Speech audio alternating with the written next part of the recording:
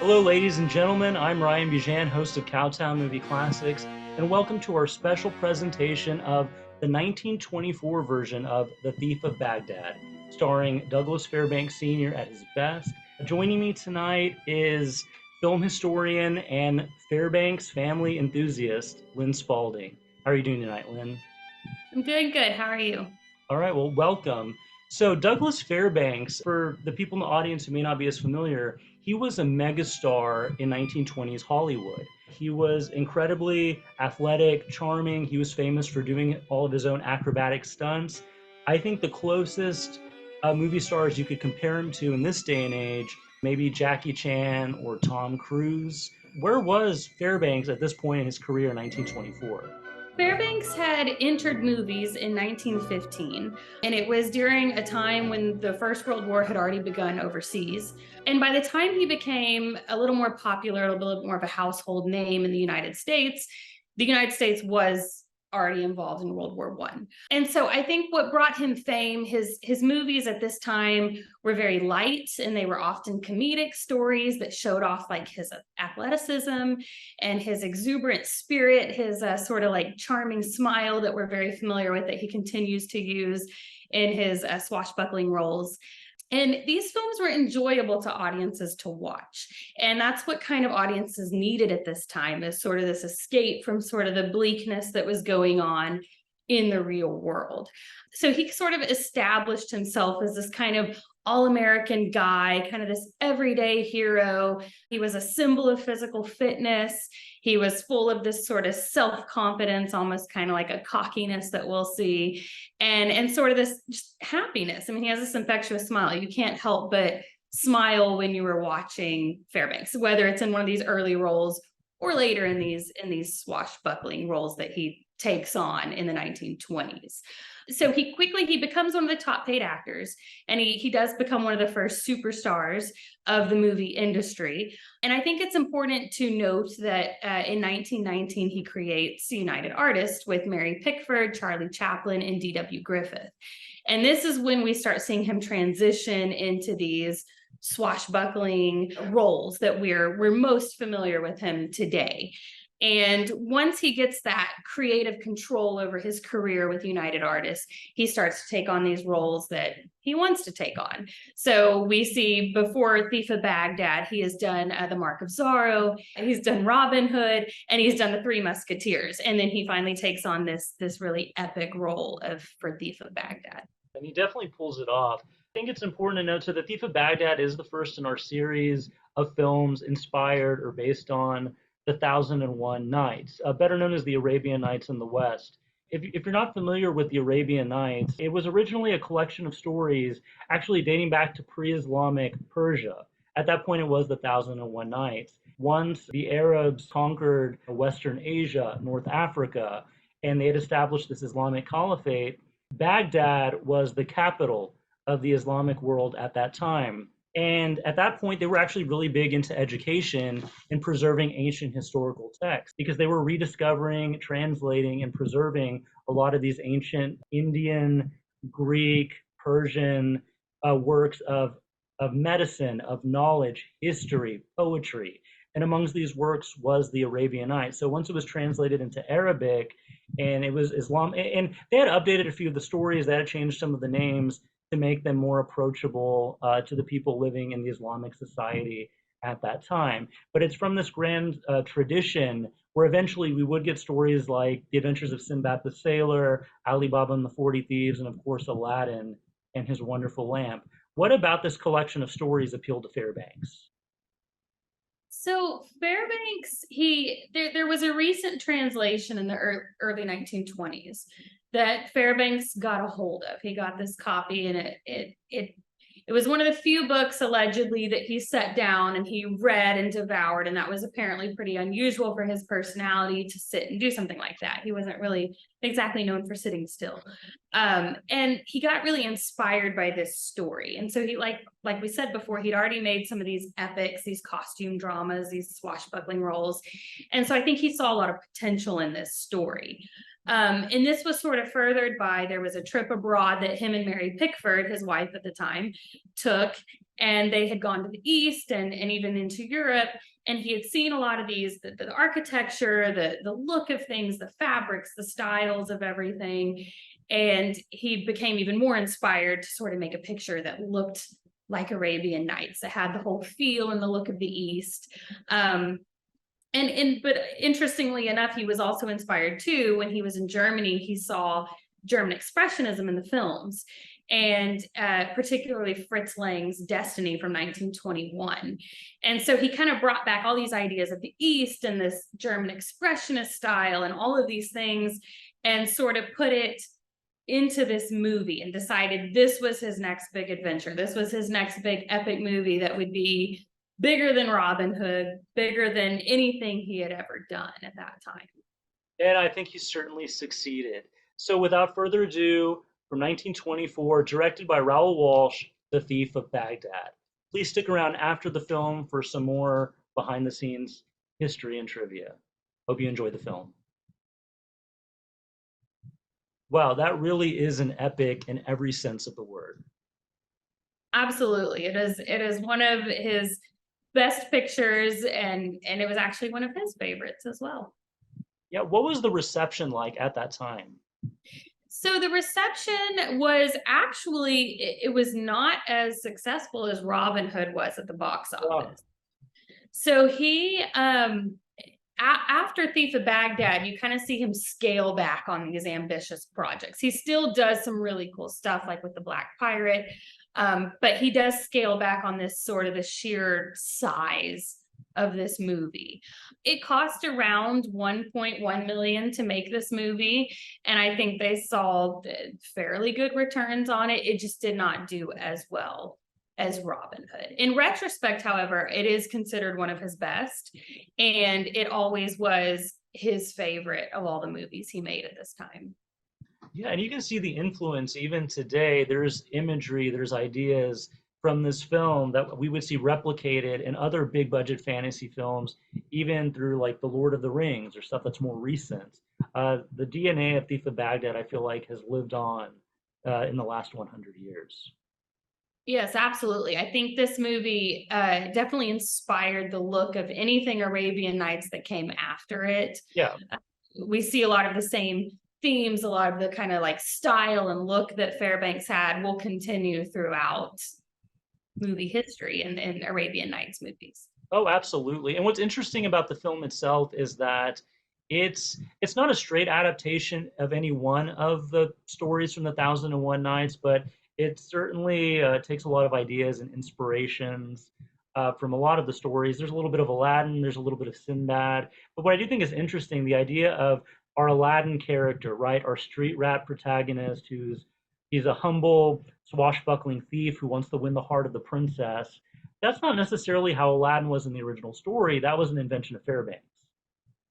Right. And I think that sort of goes back to his roots in movies is he's sort of this just kind of common hero in a way. He's not some special character or anything. He's just an everyday all-American kind of guy in his early movies. And so I think we see that reflected here. He's just this guy, and he wins the girl in the end. He gets this whole, I think we see that kind of throughout his career. And I think that's probably why he was inspired to make it that way. Yeah. Well, you say he's an everyman, but he's in incredible shape. The guy has six-pack abs. Yeah, which again, that's from 1924. That's kind of trailblazing. That's very original because that's not what leading men look like at that time. Yeah, I mean, even when he's in his earlier roles, he doesn't look like this. Like, here he's very tanned and very physically fit, and yeah, not a lot of the top male actors of the day had that sort of physique and that heroic look that he has in this movie. I mean, this is definitely him at his peak physical condition. Even though he's in his 40s at this point, he's at his absolute peak, I would say, in this movie. Looking at the collection behind you, we can't talk about The Thief of Baghdad, I don't think, without mentioning Douglas Fairbanks Jr., who was an amazing actor with a long career in his own right. In 1947, Fairbanks Jr. starred in Sinbad the Sailor for RKO, which is this beautiful Technicolor adventure film. But if you look at his performance in that, he is very much pantomiming his father. He's channeling his dad in Thief of Baghdad. Yes, absolutely. And he'd avoided taking these kind of roles for a long time in his career. He actually enters films while Fairbanks Sr. is making Thief of Baghdad, and it doesn't go real well for him, and he ends up not coming back until 1925. And then he sort of takes off. And in the 30s is when we're going to see most of Fairbanks Jr.'s work. But in 1937, he takes on his first sort of swashbuckling role, which he had avoided up to this point because he did not want to appear as though he was riding on the coattails of his father. He mentions in his autobiography that he was offered many of the big roles, and he will not say which. So I don't know if this was some of Errol Flynn's roles that he ended up taking on and stuff, but he avoided it quite a bit until 1937 when he did Prisoner of Zenda. And that was at Fairbanks Sr.'s kind of persuasion. Fairbanks Sr. had told him, well, you can't fail at this role of Rupert of Hentzau. So like you got to take this role and do it. And he did. And he did it really well. It's one of his better known roles. No way, that was Fairbanks Sr.'s way of passing the torch and giving him his blessing to do this type of thing. Yeah, it really is. And I think that that sort of blessing for Fairbanks Jr. allowed him to go, okay, well, I can do a little bit of the swashbuckling. Like it's okay to do it.